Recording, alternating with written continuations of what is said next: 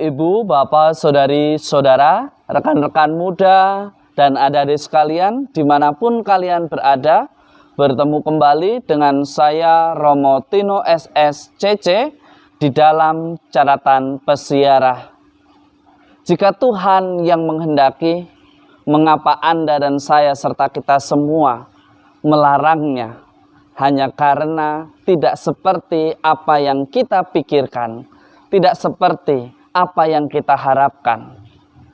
Tetapi yang perlu diingat bagi Anda dan saya serta kita semua sebagai orang beriman, jika Tuhan berkehendak dan berkarya serta menggunakan kita, maka kita pun mestinya dengan bersukacita melaksanakannya apa yang baik di mata Tuhan dan bukan apa yang memuaskan ambisi dan pikiran kita. Sebelum kita mendengarkan permenungan dari catatan peziarah, marilah kita membuat tanda kemenangan Kristus. Dalam nama Bapa dan Putera dan Roh Kudus. Amin.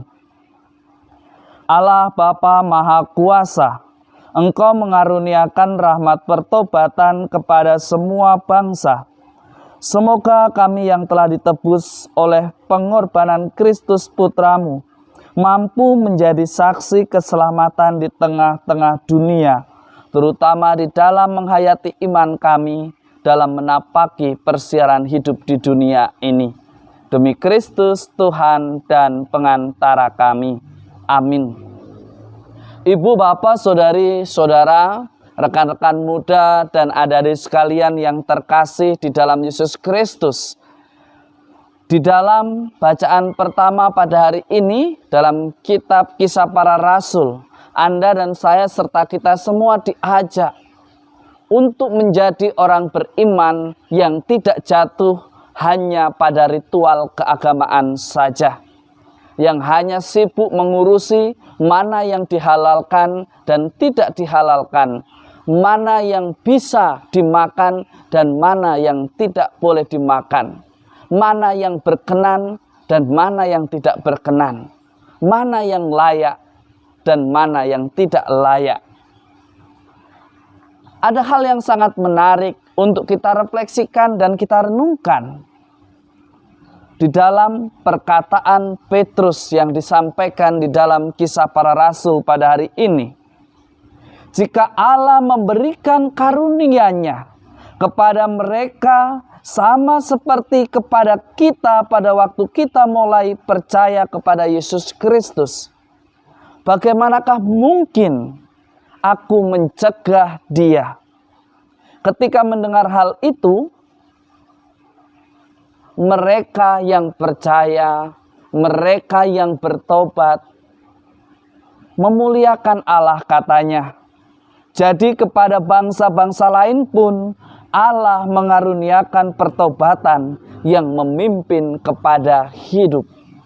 Menjadi sangat lucu bagi Anda, saya, serta kita semua yang merasa seringkali diri sebagai orang yang suci secara rohani dan dengan gampangnya mengatakan bahwa Anda najis, bahwa Anda tidak layak, bahwa Anda tidak pantas.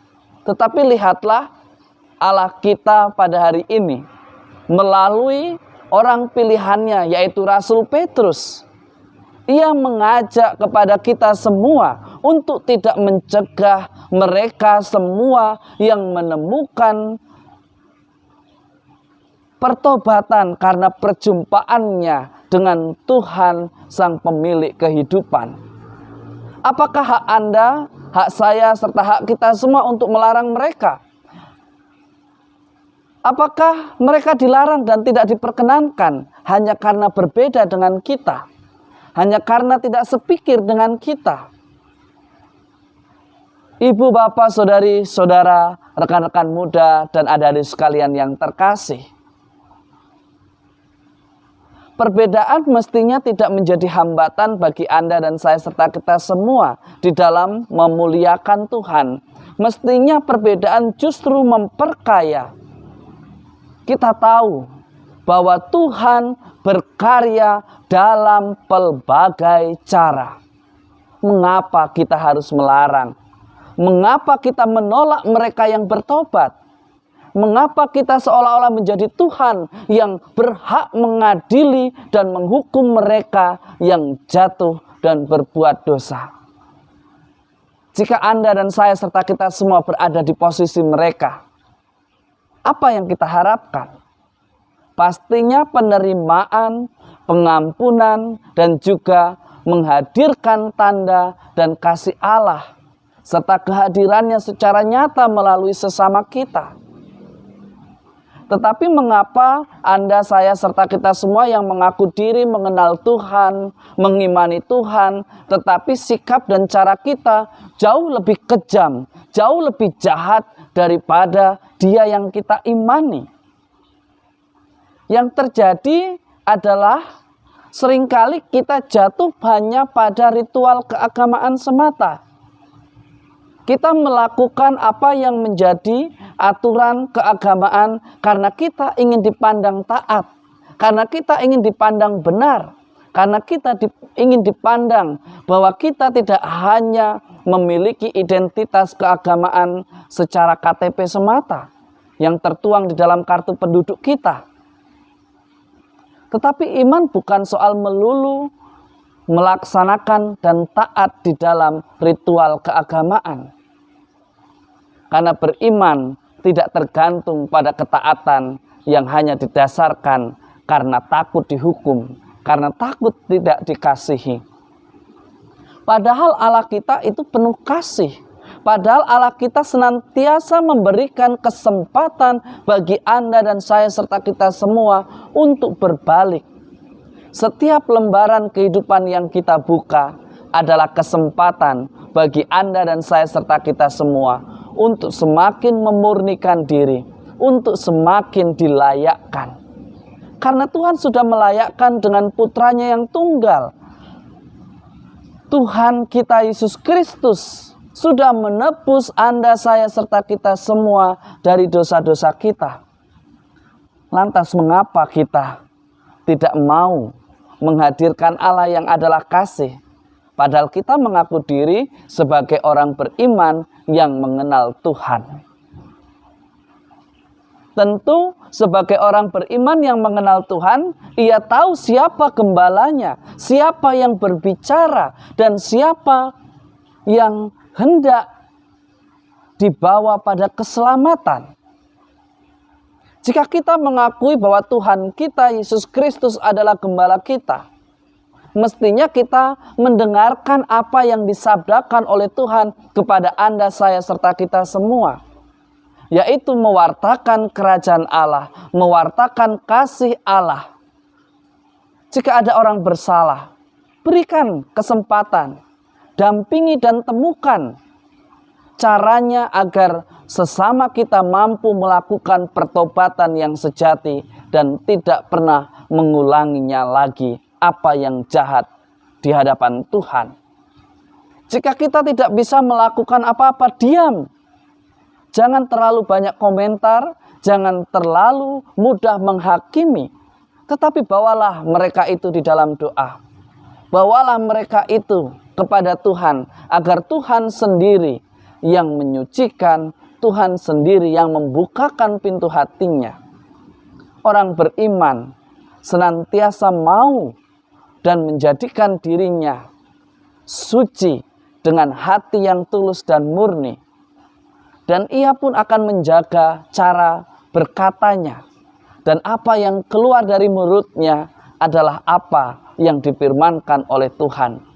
Tidak hanya pandai di dalam berkata, tetapi ia juga senantiasa menghidupi semangat Kristus di dalam tindakan nyata. Domba-domba yang sejati akan mengenal siapa gembalanya.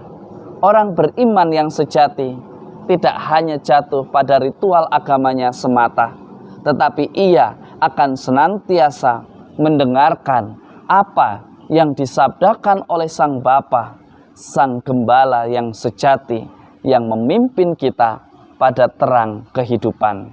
Semoga berkat Tuhan senantiasa melindungi dan memberkati kita semua, Bapa dan Putera dan Roh Kudus. Amin. Jika saudara-saudari kita atau orang yang paling kita cintai menyakiti dan membuat kita terluka, dan kini datang untuk meminta kesempatan di dalam pertobatan, ia sudah dengan rendah hati mengakui segala kesalahannya dan juga mengakui ketidakpantasannya. Maukah kita untuk menemani, membimbing pada jalan yang Tuhan kehendaki? Tuhan tidak pernah menghukum mereka. Tuhan juga tidak pernah mengatakan bahwa mereka itu najis atau tidak. Tetapi seringkali mulut kita yang menajiskan dan membuat mereka haram. Sebagai orang beriman, mestinya mampu menjaga apa yang keluar dari mulut kita. Bukan mengharamkan dan bukan menajiskan, tetapi mari kita berkata-kata sebagaimana yang Allah firmankan, agar semua orang dapat hidup dan diselamatkan. Karena keselamatan Tuhan bukan untuk Anda semata, bukan untuk saya pribadi, dan bukan hanya untuk orang-orang khusus dari kita, tetapi keselamatan itu untuk semua. Jika demikian, mengapa kita harus menghukum mereka yang tidak sejalan dengan pikiran kita? Mari kita awali pekan ini dengan kabar sukacita dan hidup sebagaimana yang Allah kehendaki. Tuhan memberkati. Amin.